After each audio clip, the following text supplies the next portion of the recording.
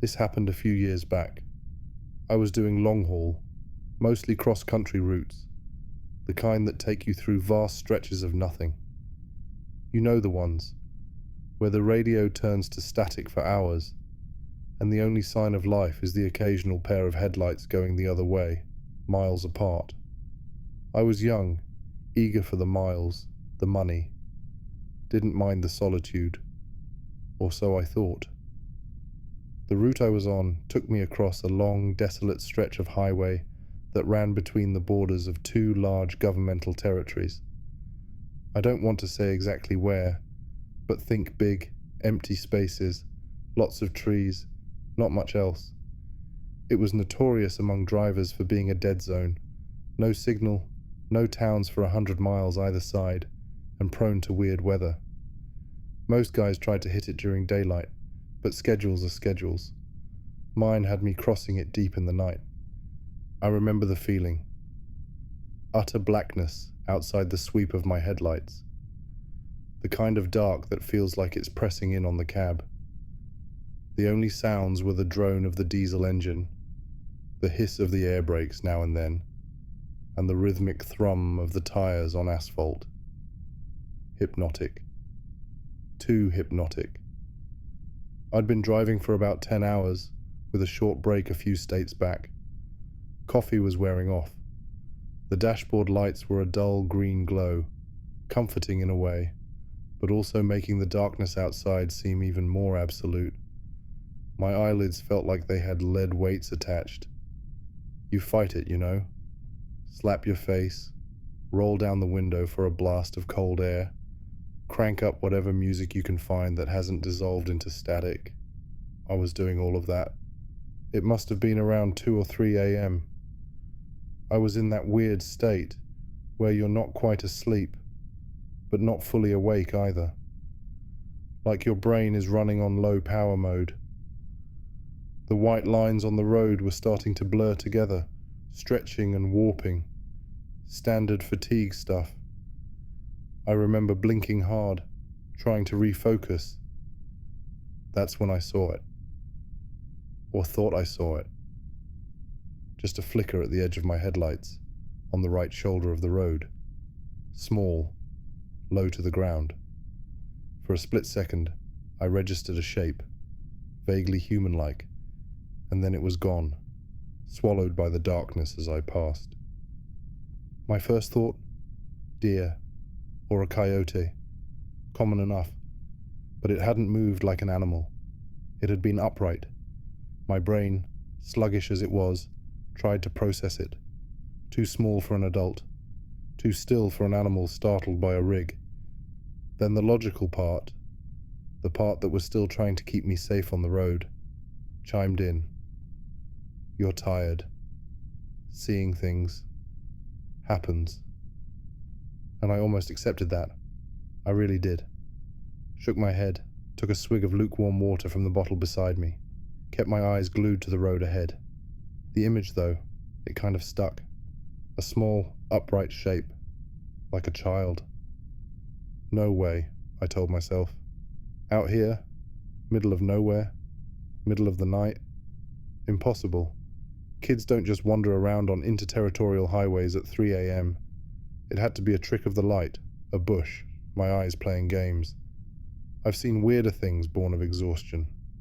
Shadows that dance, trees that look like figures. It's part of the job when you're pushing limits.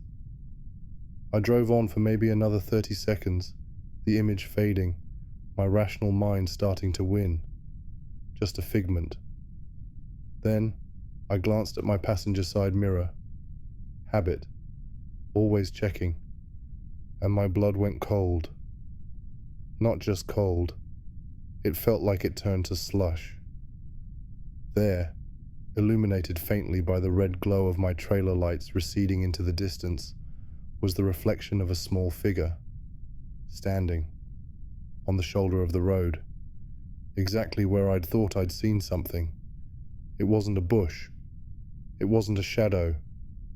It was small, and it was definitely standing there, unmoving, as my truck pulled further and further away.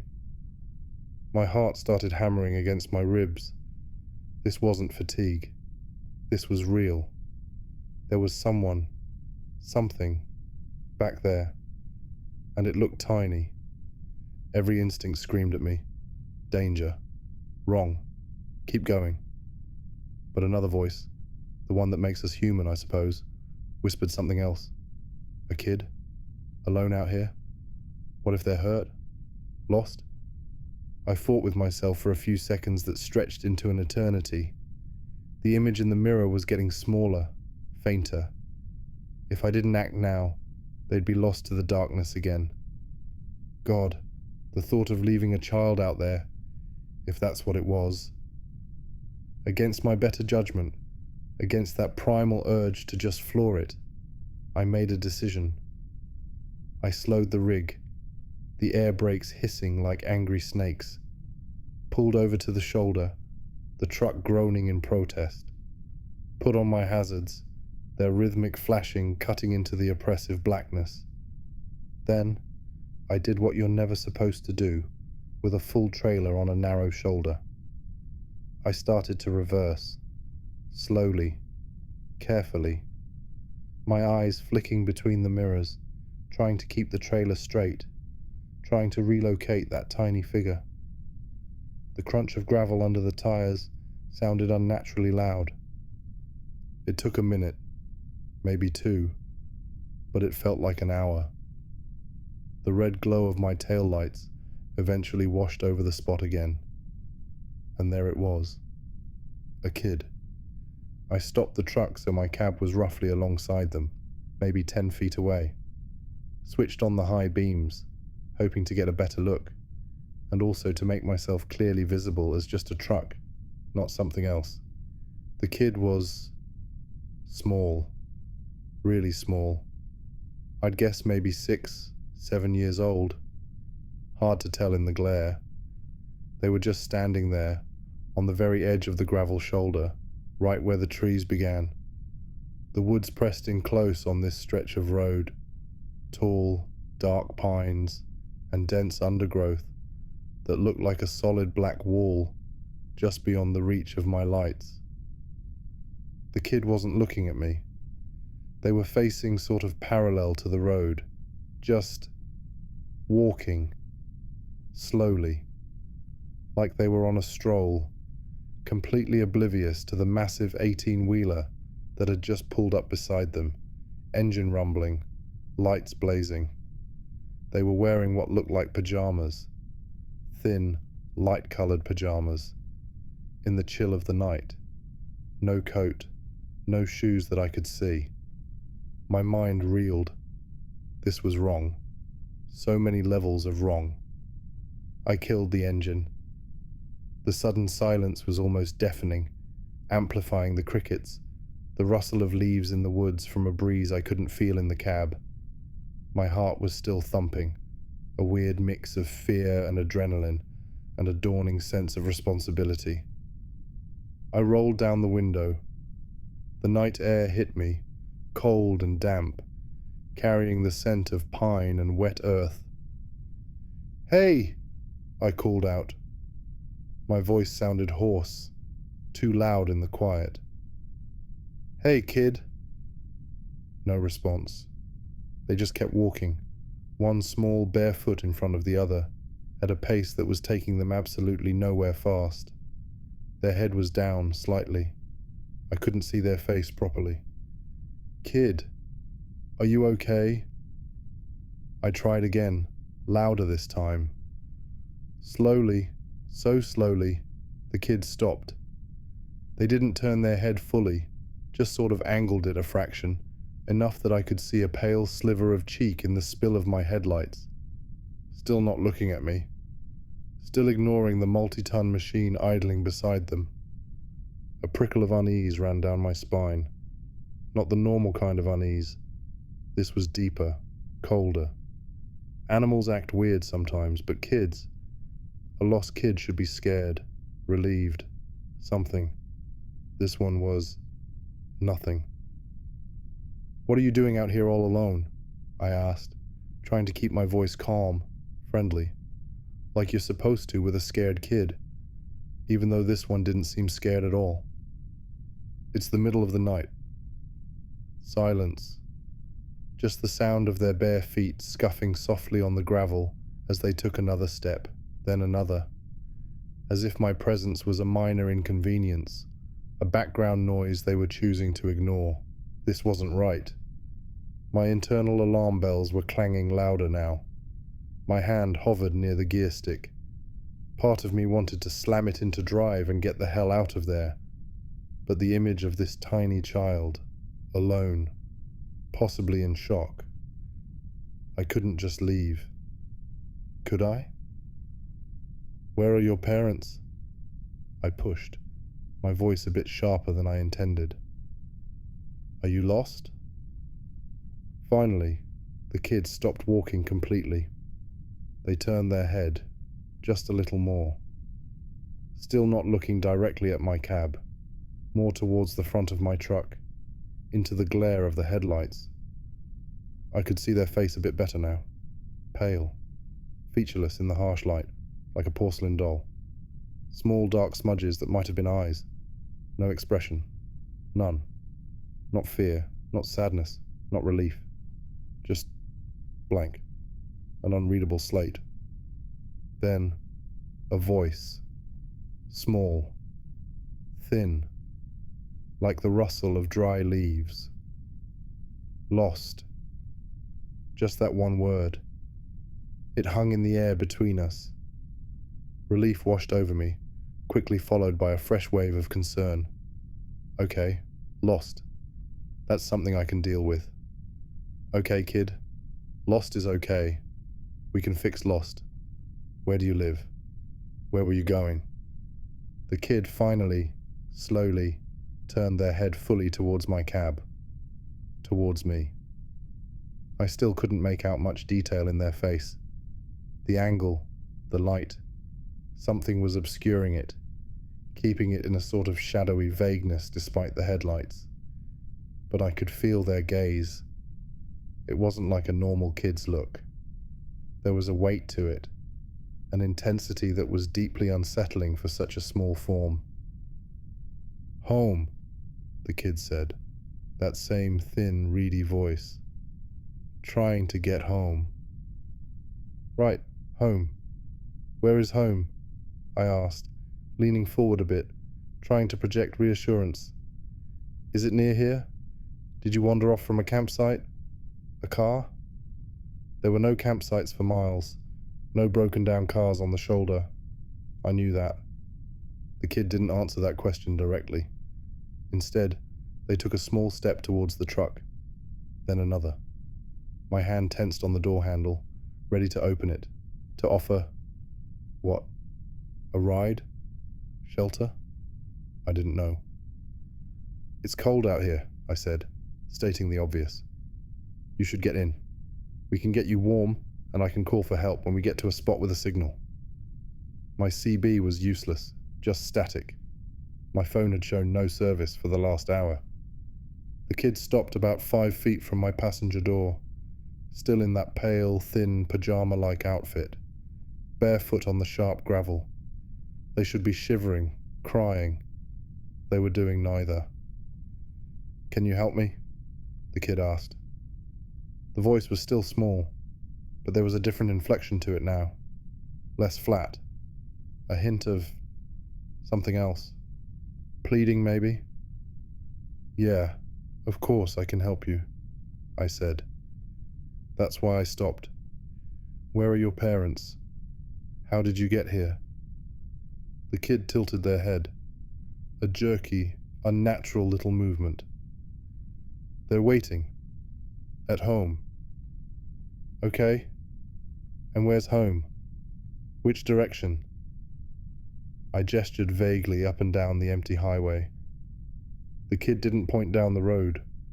They made a small, subtle gesture with their head, a little nod, towards the trees, towards the impenetrable darkness of the woods lining the highway. In there, the kid said. My stomach clenched. In the woods? Your home is in the woods? Lost, the kid repeated, as if that explained everything. Trying to find the path. It's dark. Yeah, it's very dark, I agreed, my eyes scanning the tree line. It looked like a solid wall of black. No sign of any path, any habitation, just dense old-growth forest. The kind of place you could get lost in for days, even in daylight. Can you come out? The kid asked. Help me look? It's not far. I can't see it from here. Every rational thought in my head screamed, no. Get out of the truck. In the middle of nowhere, in the pitch dark, with this strange child who wanted me to go into those woods. No, absolutely not. But the kid looked so small, so vulnerable. If there was even a tiny chance they were telling the truth, that their house was just a little way in, and they were genuinely lost. I don't think that's a good idea, buddy, I said, trying to sound gentle. It's dangerous in there at night, for both of us. Best thing is for you to hop in here with me. We'll drive until we get a signal, and then we'll call the police, or the rangers. They can help find your home properly. The kid just stood there, that blank, unreadable face fixed on me. But it's right there, they insisted, their voice a little more insistent now. Just a little way.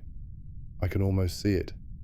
If you just step out, the light from your door would help. My skin was crawling. There was something profoundly wrong with this scenario.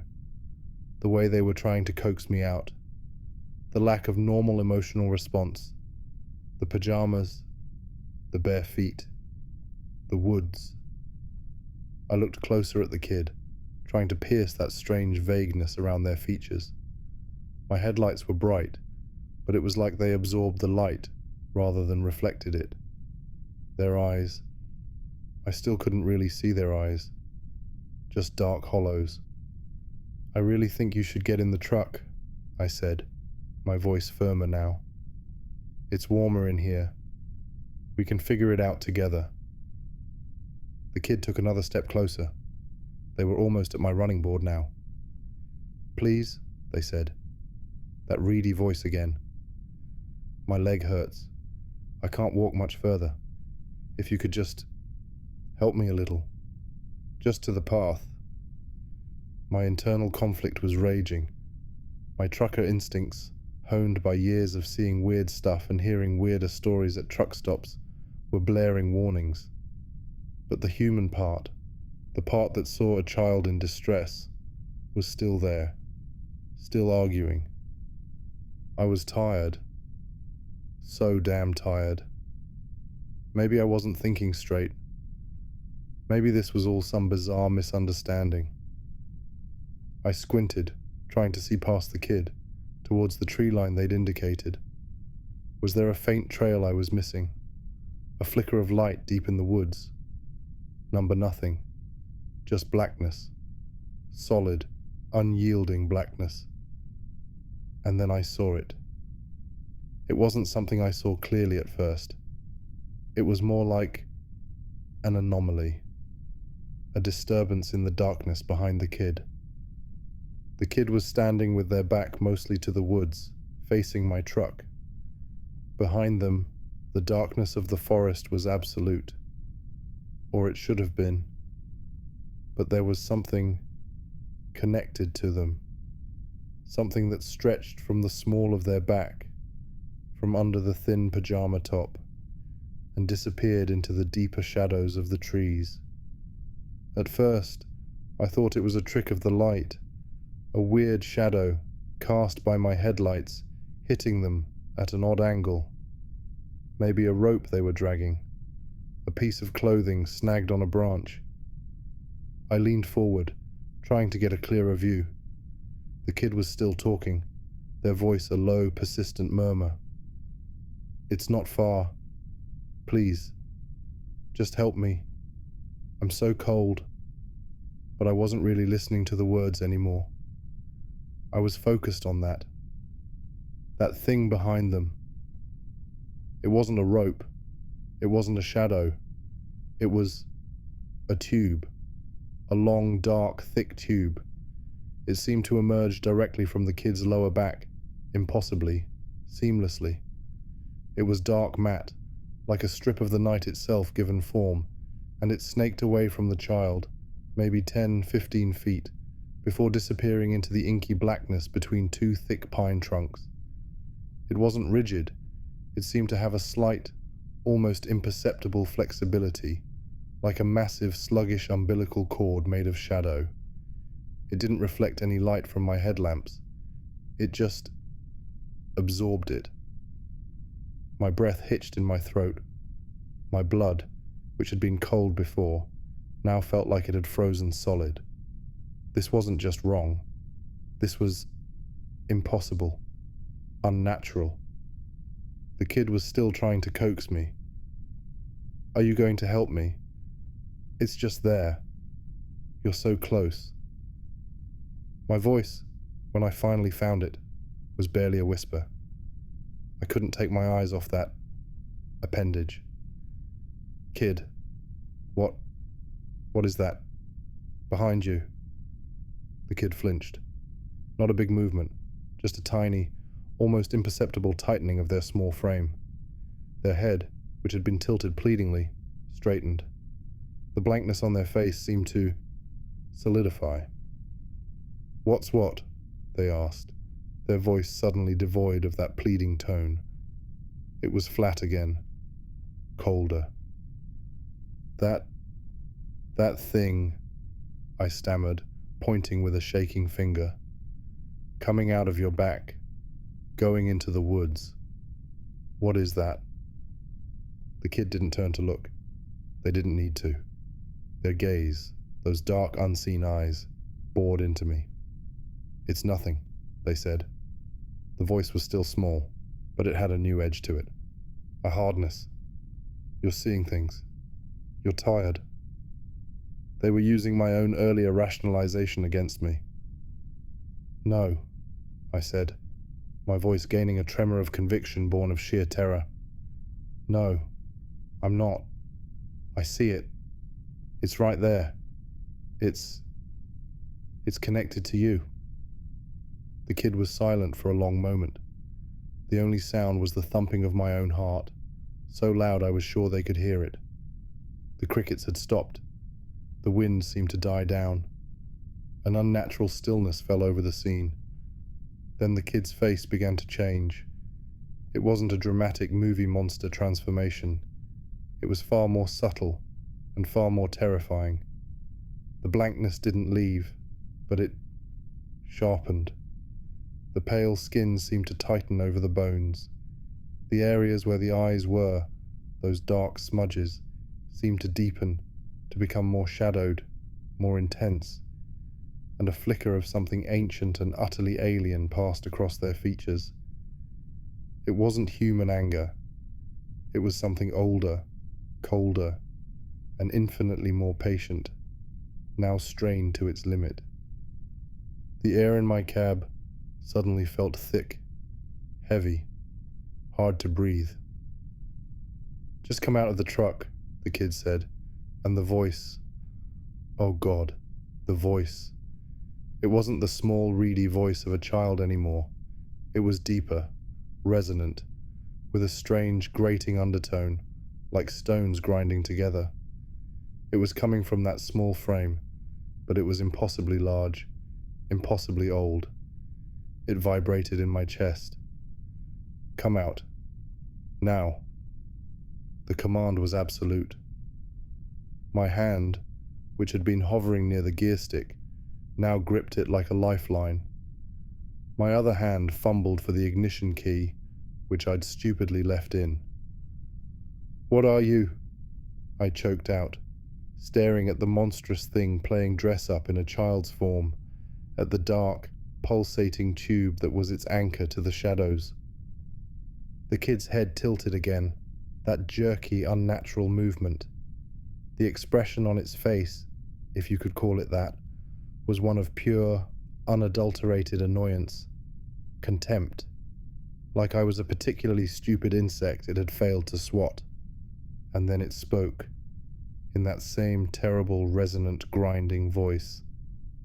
The words it said are burned into my memory, colder than any winter night. "Why?" it rasped, the sound seeming to scrape the inside of my skull. "The fuck are humans smarter now?" That was it. That one sentence. The sheer cosmic frustration in it. The implication of past encounters, of easier prey. The utter alien nature of it. I didn't think. I didn't plan. I reacted. Primal fear, the kind that bypasses all higher brain function, took over. My hand twisted the key. The diesel engine roared back to life, a sudden violent explosion of sound in the horrifying stillness. The kid, the thing, actually recoiled. A small, jerky step back. The expression, that awful, tightened, ancient look, intensified. I slammed the gear stick into drive. My foot stomped on the accelerator. The truck lurched forward, tires spinning on the gravel for a terrifying second before they bit into the asphalt. I didn't look at it. I couldn't.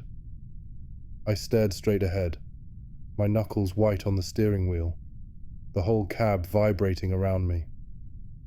The truck surged forward, gaining speed with agonizing slowness. For a horrible moment, I imagined that tube thing whipping out, trying to snag the trailer, to pull me back, to drag me into those woods. I imagined that small figure, with its ancient, terrible voice, somehow keeping pace. I risked a glance in my driver's side mirror. It was standing there, on the shoulder, unmoving. The headlights of my departing truck cast its small silhouette into sharp relief, and behind it, the dark tube was still visible, a thick, obscene cord snaking back into the endless night of the forest. It didn't seem to be retracting or moving. It just was. The thing didn't pursue. It just stood and watched me go. And that somehow was almost worse. The sheer confidence, the patience, like it knew there would be others. Or maybe it was just annoyed that this particular attempt had failed. I drove. I don't know for how long. I just drove. My foot was welded to the floor. The engine screamed. I watched the speedometer needle climb, far past any legal or safe limit for a rig that size, on a road that dark. I didn't care. The image of that thing, that child shape with its dark umbilical to the woods, and that voice, that awful grinding voice asking its horrifying question, was burned onto the inside of my eyelids. I must have driven for an hour, maybe more, at speeds that should have gotten me killed or arrested, before the adrenaline started to fade, replaced by a bone-deep, shaking exhaustion that was more profound than any fatigue I'd ever known. My hands were trembling so violently I could barely keep the wheel straight.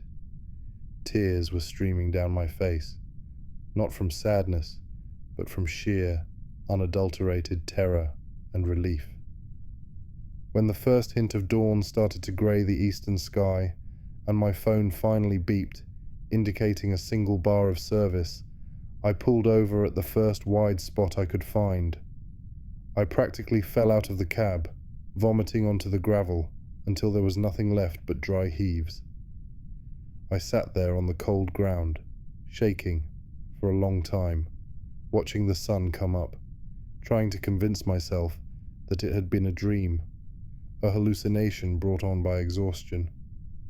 But I knew it wasn't. The detail of that tube, the voice, the question. You don't hallucinate something that specific, that coherent, that utterly alien. I never reported it. Who would I report it to? What would I say? Officer, I saw a little kid who was actually an ancient cosmic horror, tethered to the woods by a nightmare umbilical cord, and it got mad because I didn't want to be its dinner. they'd have locked me up, breathalyzed me, drug tested me, sent me for a psych eval. I finished that run on autopilot, dropped the load, drove my rig back to the yard, and I quit. I told them I was burned out, needed a break.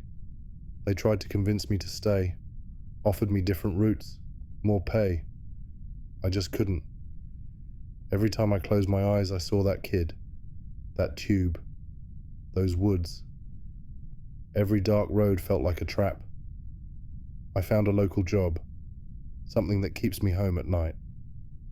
I don't drive in remote areas anymore if I can help it, especially not at night. I still have nightmares. Sometimes when I'm very tired, driving home late from somewhere, I'll see a flicker at the edge of my vision, on the side of the road, and my heart will try to beat its way out of my chest. I don't know what that thing was. An alien? A demon? Something else? Something that doesn't fit into our neat little categories? All I know is that it's out there, and it's patient, and it seems to have learned that its old tricks aren't as effective as they used to be. Why the fuck are humans smarter now? That question haunts me. It implies they weren't always. It implies that, once upon a time, we were easier. That maybe, just maybe, people like me, tired and alone on dark roads, used to just step out of the cab when asked, and were never seen again. So, if you're ever driving one of those long, lonely stretches of road, deep in the night, and you see something you can't explain, maybe just keep driving. Maybe being smarter now means knowing when not to stop, knowing when to ignore that little voice telling you to help, because what's asking for help might not be what it seems. Stay safe out there, and for God's sake, do not get out of your vehicle.